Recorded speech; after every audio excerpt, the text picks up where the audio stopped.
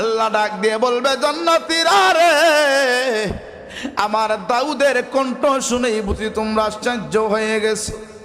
দেখো না সামনে আরো কত সুন্দর তেলাওয়াত শুনো, কত সুন্দর কণ্ঠ।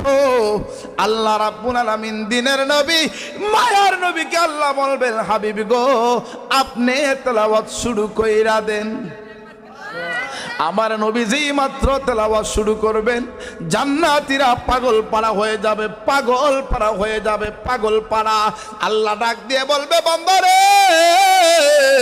ও আমার জান্নাতীরা শুনে নাও, দাউদ নবীর কণ্ঠ শুই না পাগল হয়ে গেছিলা, এখন আমার নবী কামলেওয়ালার তেলাওয়াত শুই না তোমরা পাগল হয়েছো। দাউদ নবীর চাইতে দ্বিগুণ বেশি এই কণ্ঠ আমার নবীকে আমি দিয়েছিলাম। এবার আসো সামনে আরো তোমাদের জন্য আশ্চর্য বিষয় হলো, জি দাউদকে আমি আল্লাহ কণ্ঠ দিয়ে